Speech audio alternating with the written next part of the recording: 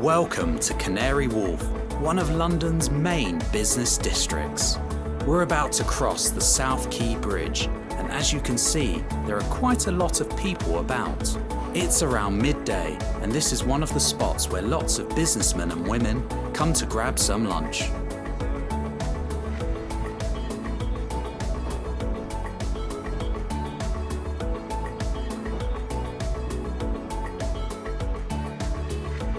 The landmark One Canada Square building has 50 stories and is the third tallest building in the UK. There's a certain feeling you get standing so close to tall buildings, a mixture of awe and appreciation of human ingenuity.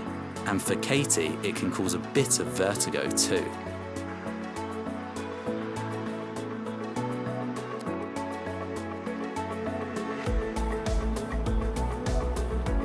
Canary Wharf is located on the Isle of Dogs, which some say got its name in the 16th century when King Henry VIII kept hunting dogs in derelict farm buildings on the island. No one knows for sure, and these days you'll definitely see more dogs in London's other parks.